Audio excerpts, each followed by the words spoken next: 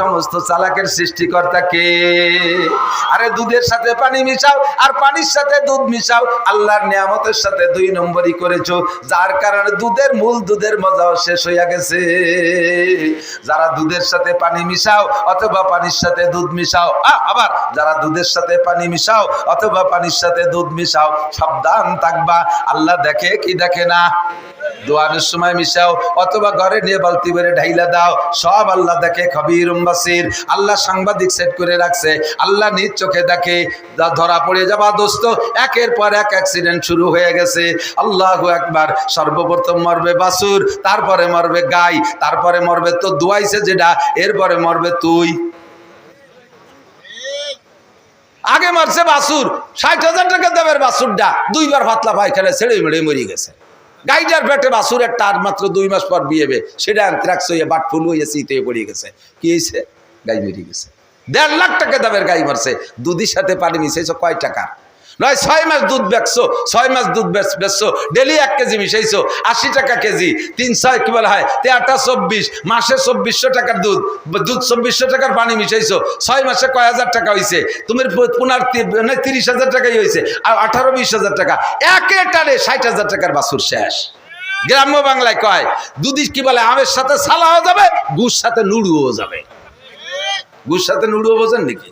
পোলাপান মাটিতে পায়খানা করে, খেট দিয়ে ভেসে ফেলে, ওরে নুডো কয় না তো? পালাতে নতুন কল করে খেড়াই নিয়ে ওই ময়লাটারে মুড়াইয়া এভাবে বাগানের মধ্যে ময়লা ফেলে, খেড় কয়টা খেয়ে নিয়ে এবার গাইরে গুলির মধ্যে দেয় নাকি?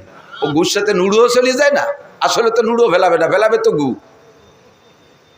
তোমার এই যে দুধের সাথে পানি মিশাইছো, গুড় সাথে নুডো যাবে, আমের সাথে সালা যাবে। দুধের সাথে 2 নম্বর, গুড়ির সাথে 2 নম্বর, একেবারে 1 নম্বর পিওর কইয়ে অর্ডার দিয়ে ডবল দাম দিয়ে অর্ডার দিছি। এরপরও সেই গুড় বাড়ি নিয়ে 1-1.5 মাস পরে দেখি যে সে মাটি হয়ে গেছে। তুমি 2 নম্বরই করবা, আল্লাহর হুকুমে আমি 3 নম্বরই করবো, নিয়ামতের মজা কেড়ে নিয়ে যাব।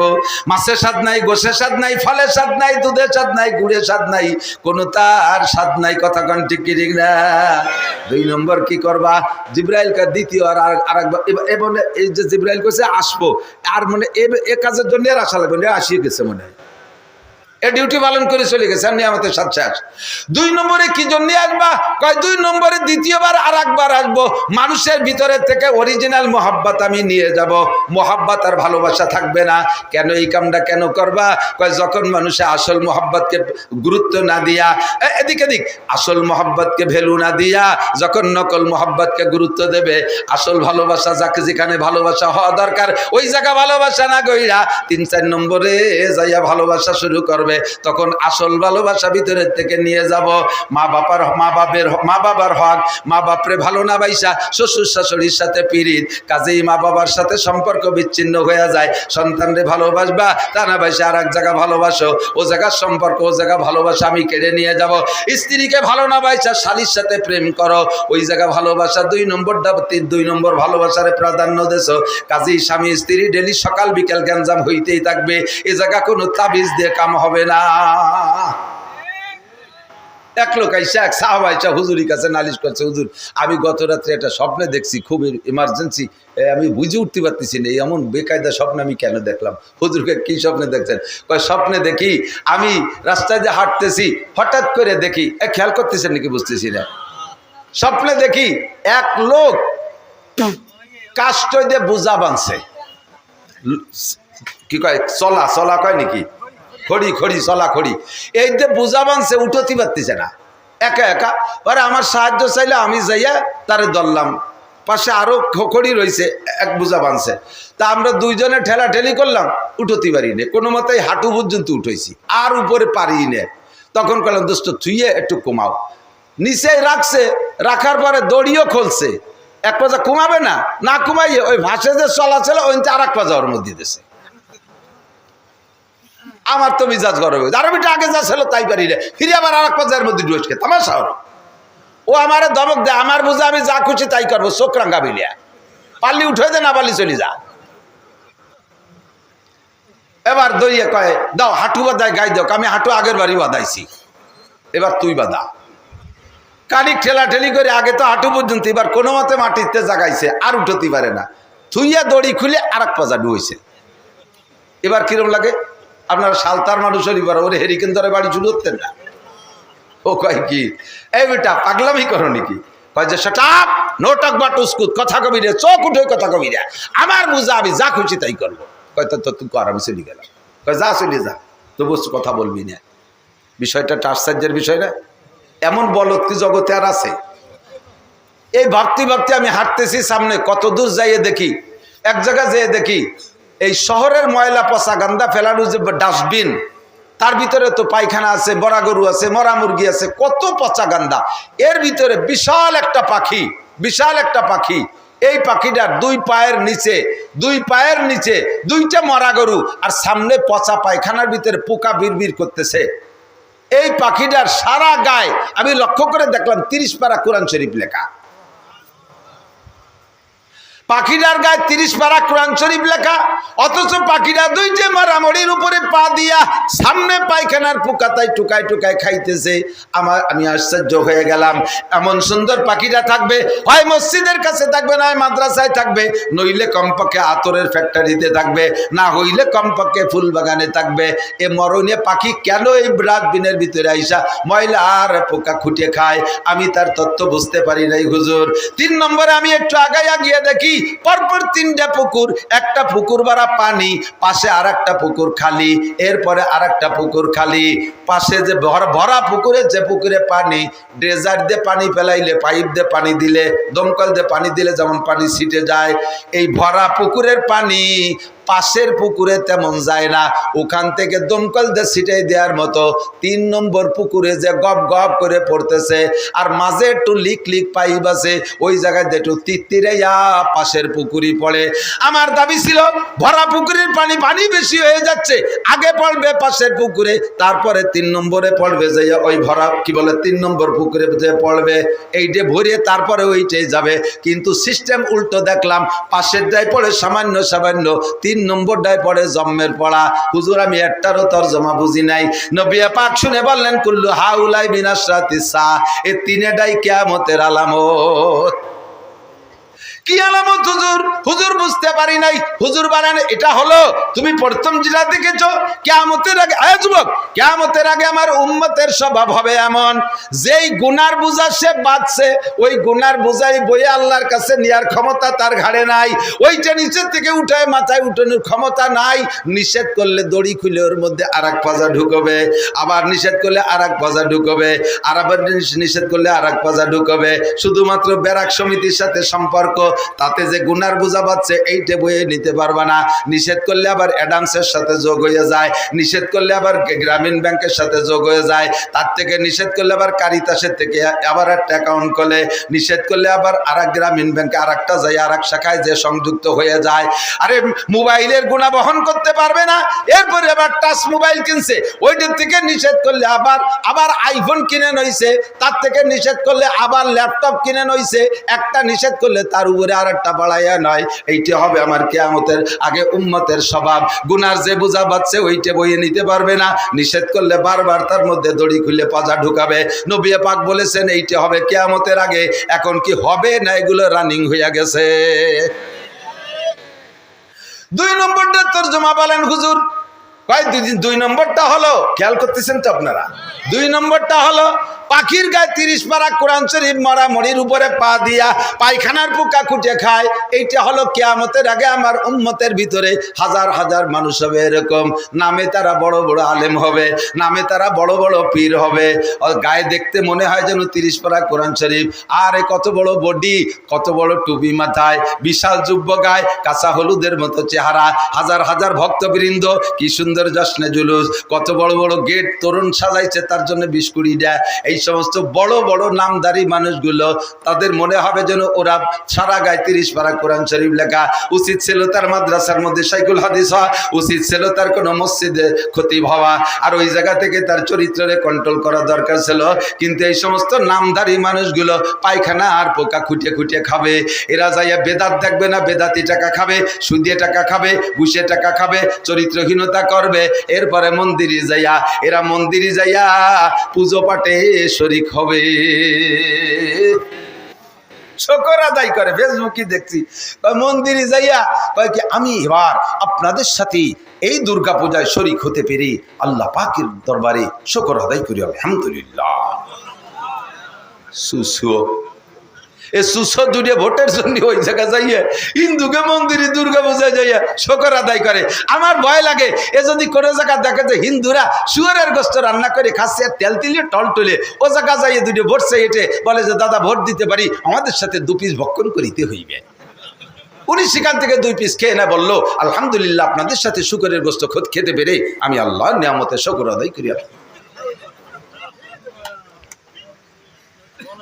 আল্লাহু আকবার, জোরে কান নাউজুবিল্লাহ। হারাম মাল ভক্ষণের শুরুতে বিসমিল্লাহ কইলে ঈমান চলে যায়। হারাম মাল খাইয়া শুকর আদায় করে আলহামদুলিল্লাহ বললে কাফের হয়ে যায়, কাফের হয়ে যায়, কাফের হয়ে যায়। সুদ খা টাকা, ঘুষ খা টাকা, টোন মারা টাকা, জাতির হক মেরে দিয়ে টাকা, এই টাকা দিয়ে হজ করে এসে যদি শুকর আদায় করে আলহামদুলিল্লাহ হজ করছি, তাও সে কাফের হয়ে যাবে, ঈমান নষ্ট হয়ে যাবে। কার টাকা দিয়ে হজ করছো? বাপের টাকা। কার টাকা দিয়ে হজ করছো?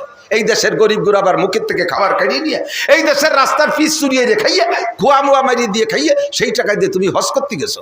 আবার হিলটন টাওয়ারে থাকে, জমজম টাওয়ারে, সাত টাওয়ারের মধ্যে, ঘড়ি টাওয়ারের মধ্যে থাকে। হালাল না হারাম? ফতোয়া দেন, হালাল না হারাম?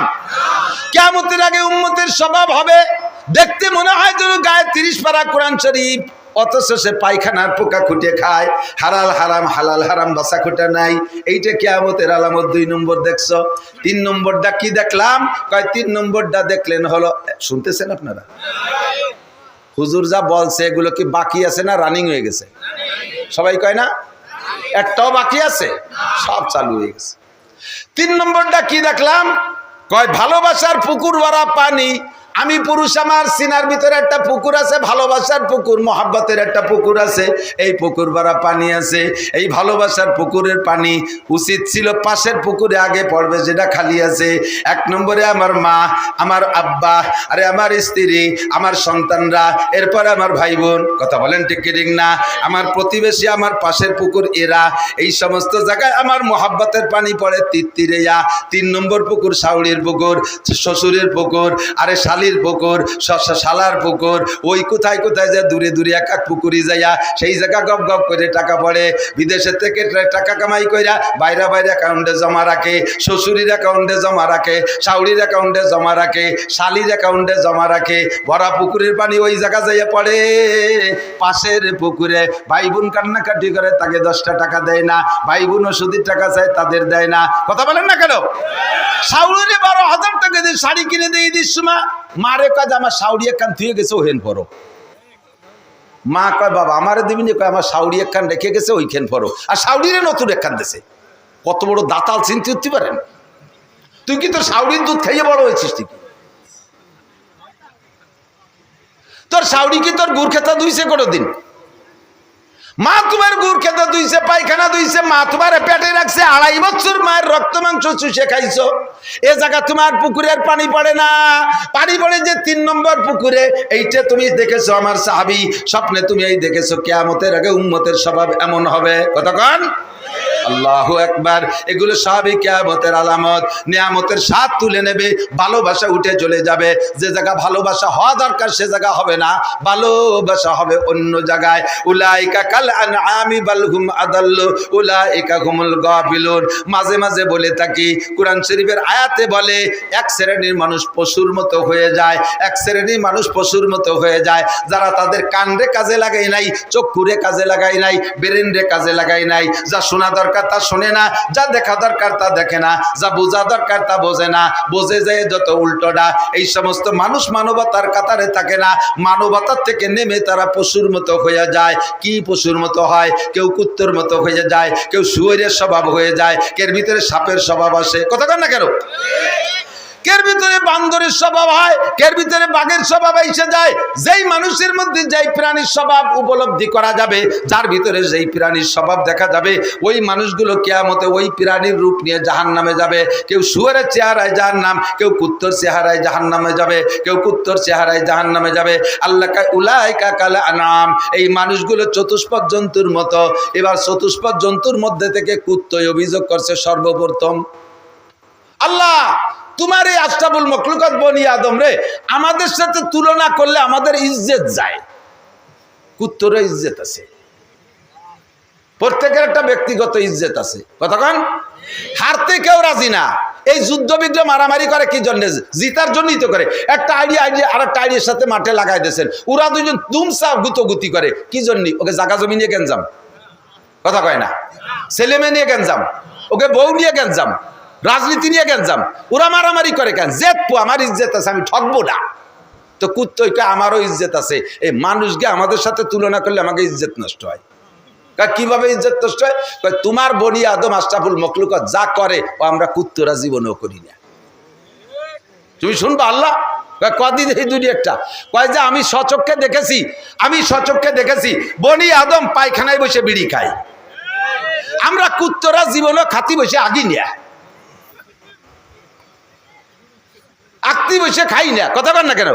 কেউ করতে পারবে না যে কোনো কুকুর একসাথে পায়খানা করতেছে আর খাচ্ছে, দুই কাম একসাথে করে না। আমরা খাতি বসে আগি না, আকতি বসে খাই না। আর বাথরুমের মধ্যে যে একদম বিড়ির ভাষা একে আমরা খাই বেলায় তুইছি, এ খাইলো খারাপ।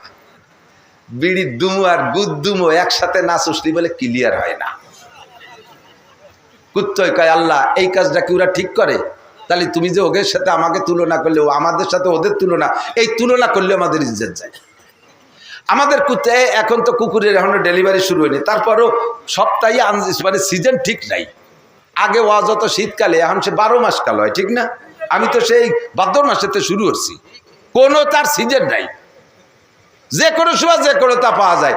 আরো 2 মাস আগে দেয় যে কুত্তো ছোট ছোট 2 বাচ্চা নিয়ে ঘুরে বেড়াচ্ছে, এ পালো কোন জায়গায় হবে? তো আরো 1-1.5 মাস 2 মাস পরে হবে না ওকে ডেলিভারি। তো কুত্তোর কাছে আমাকে যখন ডেলিভারি হয় 4-5টা বাচ্চা আল্লাহ তুমি আমাকে দাও।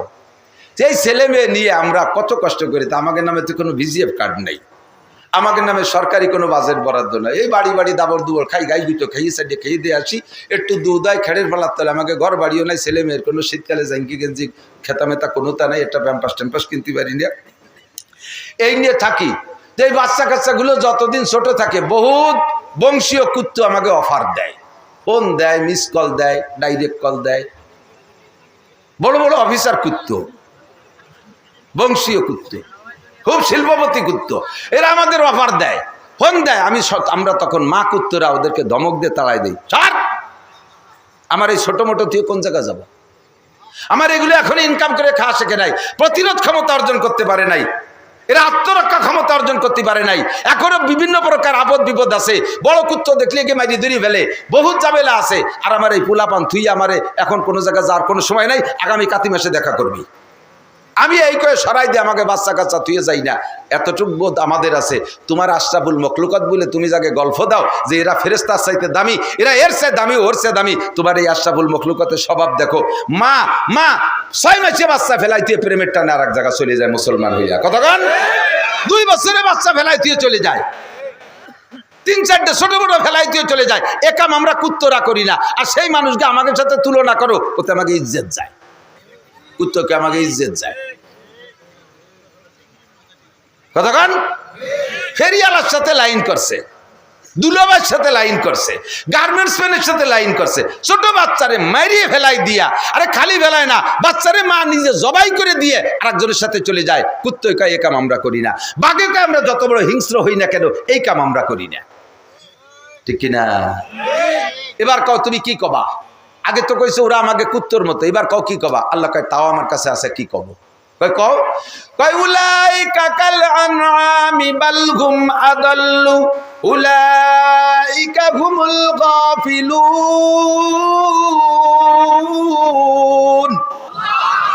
এগুলো চতুষ্পদ জন্তুর চাইতে খারাপ, তুই কুত্তার চেয়ে খারাপ, তুই শুয়োরের চাইতে খারাপ, তুই বাঘের চাইতে খারাপ, তোর মতো নোংরার নিকৃষ্ট প্রাণী হতে পারে না। সুম্মা রাদাদনাহু আসফালা সাফিলিন, এই গোষ্ঠীর আমি লাস্টে সমস্ত প্রাণীর চাইতে নিকৃষ্ট বলে ঘোষণা দিলাম, যাদের ভিতরে মানবতা নাই। এটা গেছে কিভাবে? ভালোবাসা জায়গা মতো রাখেন নাই, 3 নম্বর জায়গা যে ভালোবাসা করতে গেছেন। এরপরে ভালোবাসারে জিন্দা করার জন্য আবার 14ই ফেব্রুয়ারি একটা দিবস বানাইছে, সারা বছর আকাম করে বেড়াবা, 14ই ফেব্রুয়ারি একটা ভালোবাসা করে সারা পৃথিবী ব্যাপী ভালোবাসা দিবসের নাম দিয়ে লক্ষ লক্ষ জাইরুর বাচ্চা পয়দা দিচ্ছে। আকাম করে হারাম ভাবে গর্ভধারণ করাইয়া যারো সন্তান কলি টেডি কলি জুত হয় না ও জারির বাচ্চাই কোথায় কতক্ষণ জারির বাচ্চা পয়দা দিচ্ছ। আসল ভালোবাসা ঠিক থাকলে নকল ভালোবাসা দিন ঠিক করা লাগে না। আরে এদিক খেয়াল করেন, সারা 14 মাসের কি বলে 12 মাসের ভিতরে 12 মাসের 13 মাসের 12 মাসের 11 মাস 29 দিন ভালোবাসা ছিল উল্টো পাল্টা, আর একদিন উনি ভালোবাসা গড়তে আইছে। এরই কয় কি ভালোবাসা? আল্লাহ আল্লাহ হেফাজত করুক, জোরে কানা আমিন। তো এইটা কিয়ামতের আগে ভালোবাসা তুলে নিয়ে যাবে। এখন দেখেন না বাইতে বাইতে কোনো, সেদিনকে দেখলাম ফেসবুকে দেখতেছি, মাঝে মাঝে ফেসবুক আমি ওই কমেন্ট দেওয়ার জন্য দেখি, ফেসবুকে লিখতে টেকতে দিছে ভাই না, ছোট ছোট পাঙ্কু পাঙ্কু পোলা পান উরে পাণ্ডিত্য ঝাড়ে এই ফেসবুকের ভিতরে। আহমদ ছবি হিসাবও কিছু না, দেশের এই ছোট ছোট মাদ্রাসার ছাত্ররা এত জ্ঞান গর্ব আলোচনা ফেসবুকের মধ্যে দেয়। ওর মধ্যে দেখতেছিলাম বাইতে বাইতে মোহাব্বত, এত গভীর মোহাব্বতে নামে পড়ছে যে গড়ের আর ছাদের থেকে মাঝখানে সমান বেড়া দিয়ে অল করে নামাই নিয়ে আসে, উঠোনের অর্ধেক ভাগ করে ফেলাইছে। একটা দরজার মেন দরজা মাঝখানে একটা, তার মাঝখান দিয়ে অল দিয়েছে। যারা দেখছেন তারা সাক্ষী দেন, চালের উপরে ইট গাত্তি গাত্তি নামাইছে। দেখছেন না মোহাব্বত কারে কয়? আবার সেই অর্ধেক দিয়ে যাচ্ছে তার শালারে যে তুই এইটুকি থাইস। বাইর সাথে বিভেদ বাদাইয়া মাঝখানে বেড়া দিয়ে যে অর্ধেক বাগে পাইছে সেটুক দিয়ে যায় শালারে তুই থাইস। ভালোবাসা তুলে নিয়ে গেলাম। জিবরাইল কয় ও কামও করা হয়ে গেছে আমার। করতে করতে করতে 3 নম্বরে কি করতে আসবেন আর বলবো না, মেলা রাইতে ধরে। 3 নম্বরে কয় কি ইনসাফ, ন্যায় বিচার তুলে নিতে আসবো। কেন? কয় মানুষের নিজেরাই ন্যায় বিচার পছন্দ করবে না। বোঝেন বোঝেন ন্যায় বিচার। আরে ভাই পুলিশকে দোষ দিয়েন না, পুলিশে ঘুষ খাওয়া জানতো না, পুলিশ ঘুষ চিনতই না। তারা দাস বেতনের উপরে নির্ভর করে দেশ ও জাতির সেবা খেদমতে নিয়োজিত ছিল। দেশ ও জাতির সেবা খেদমতে পুলিশ যে ঘুষ খাওয়া শিখেছি আমরা আসামিরা, কথা কয় না, পুলিশে ঘুষ খাওয়া শিখেছি আমরা। আপনি আকাম করছেন, ন্যায্য আকাম করছেন, যার বিচার হওয়া দরকার, আপনি এই বিচারের হাতে থেকে বাঁচার জন্য পুলিশকে 50,000 1 লাখ 2 লাখ টাকা ঘুষ দিচ্ছেন। পুলিশ কয় আকাম করবি, তুরা বাড়িয়ে বাড়িয়ে ফাঁকে আমি 2 লাখ পাবো, তা নেবো না কেন?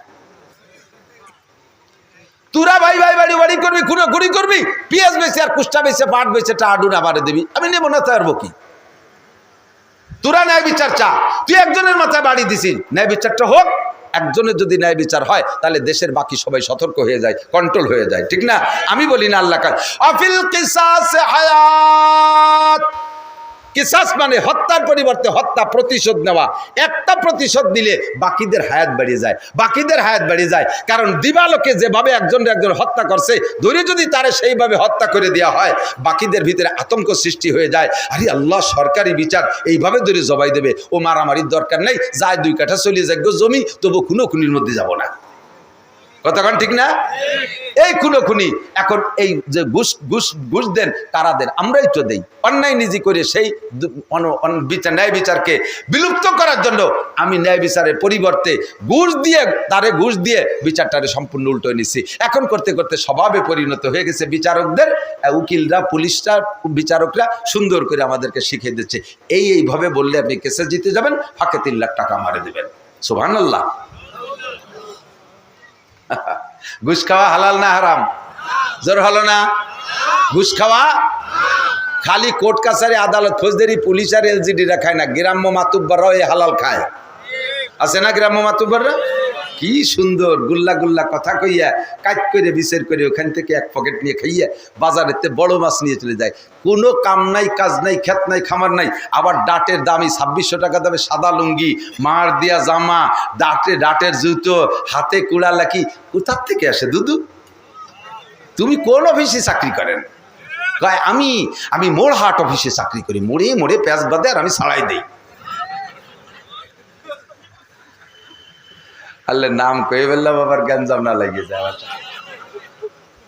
সব জায়গায় এই মোড়হাট আছে, আমার গ্রামে আছে, আপনার গ্রামে আছে। এই গ্রাম্য ভিলেজ মাতুব্বাররা আদালত ফৌজদারি কোর্ট কাছারির জজ ম্যাজিস্ট্রেটদের চাইতে বেশি বড় ঘুষখোর। দুর্নীতির মুরব্বীরা যত। আর এই কি আমাদের ওদিকে একটা প্রবাদ আছে, মোল্লা মুন্সিতে গ্যাঞ্জাম থাকলে আমার ভাতের অভাব নাই। মোল্লা মুন্সিতে গ্যাঞ্জাম থাকলে আমার বাতের অভাব নাই। মোল্লা মুন্সি গ্যাঞ্জাম করে, মোল্লারা মসজিদে ইমামতি করে, মুন্সিরা গ্যাঞ্জাম করে, মুন্সিরা ইমামতি করে। এই তো মসজিদের ইমাম এরা ছিল না, মোল্লা আর মুন্সি। তা মোল্লা আর মুন্সিতে গ্যাঞ্জাম বাজছে, সবাইকে মোল্লা মুন্সি বাদ, ফাঁকে ইমামতি করবে কিনা, আমি এবার ইমামতির বাদ খেয়ে বেড়াবো। তো দেশে মোল্লা মুন্সির গ্যাঞ্জাম বাধায় রাখতে পারলি, এ মাতুব্বারকে আর লুঙ্গির অভাব হয় না, আর বড় মাছ কেনার অভাব হয় না। কথা কন? যত দুর্নীতি, মিথ্যা, যত অন্যায় এই বিচার করে। এই ইনসাফ তুলে নিয়ে গেছে জিবরাইল আইসা, কারণ তোমরা নিজেরাই দুর্নীতি পছন্দ করো, কাজেই দুর্নীতিবাজ মাতুব্বার তোমাদের জন্যই যোগ্য, এটা তোমাদের জন্য সেট করে দিয়ে গেলাম। যাইতে যাইতে সময় লেগে যাবে, যে ওয়াজ করবো তার একদিক চলে যাচ্ছে, এদিক তাকান, খেয়াল করেন। 10 নম্বরে যাইয়া জিবরাইল 10 নম্বরে একটা কাজ করব, সেটা হলো আমি কোরআন শরীফের ভিতরের থেকে অক্ষর তুলে নিয়ে যাব। হুজুর সেই সময় চমকা খাই উঠছে, ও জিবরাইল এই যে করিও না জিবরাইল, কারণ এতে একটাও তার আমার মাতুবাড়িতে করি না। আমার আগের থেকে আল্লাহ লিস্টই দিয়ে দিয়েছে, আমার কিয়ামত হওয়ার আগ পর্যন্ত আমার কি কি ডিউটি আছে, আপনার পরে আমার এই কাজগুলো করার অর্ডার আসমান থেকে আছে। আমি লাস্ট ফিনিশিং কোরআন নিয়ে যাব। কেন নিবা কোরআন শরীফ? যখন উম্মতে কোরআনের সম্মান দেবে না, কোরআন পড়তে যাবে না, ঘরে কোরআন যত্ন করবে না, ঘরের ভিতরে ইংরেজি বাংলা বই পুস্তক পেপার পত্রিকার টেবিলের উপরে জায়গা পাইছে, শোকেসের মধ্যে জায়গা পাইছে, তাদের জন্য আবার কি বলা হয় এই ওয়াল ক্যাবিনেট বানাইছে, তার ভিতরে সুন্দর করে ইংরেজি বাংলা বই পুস্তক সব আছে, কোরআন শরীফ খানে জায়গা পাই নাই, তারে নিয়ে তুইছে মাছার পর কুলার উপরে, চুলার পিঠি যে মাছা সেই জায়গার তাকের উপরে, ভাত খাওয়ার ওই জায়গা একটা র্যাক, তার উপরে কোরআন শরীফ, নাই তার গায়ে জামা, নাই তার গায়ে বাইন্ডিং, তার ভিতরে পাতা ছিঁড়ে যাচ্ছে, উড়ে উড়ে পায়খানার দ্বারে চলে যাচ্ছে পাতা, কোরআনে ওই জায়গায় বসে বদদোয়া করে। রব্বুল আলামিন কি করব, দেখো তোমার বান্দারা কি করে। কিয়ামতের ময়দানে কোরআনে নালিশ করবে, আর কোরআনে নালিশ করবে হুজুরির কাছে, আর নবী আল্লাহর কাছে বলবে, নবী পাক বলবে রব্বি ইন্না কওমি ইত্তাখাযু হাদাল কুরআনা মাহজুরা। আল্লাহ আমার উম্মত কোরআন পড়ে নাই, কোরআনের ইজ্জত করে নাই, কোরআনের সম্মান করে নাই, কোরআন পড়নেওয়ালারে দাম দেয় নাই, কোরআনের সাথে আমি আমার কোরআনের সাথে বেইজ্জতি করেছে, অপমান করেছে কোরআনকে। আল্লাহ তুমি এর বিচার করো। আল্লাহ দুনিয়ায় থাকতে খেয়াল করেন, যাদের বাড়ি কোরআন আছে যত্ন করেন না, পড়েন না বাবা, বছরে এর মধ্যে একটা পৃষ্ঠা খুলে পড়েন না, ঘরের ভিতরে কোরআন পড়নেওয়ালা বানাবেন। কোন পরিবার আছেন বলতে পারবেন?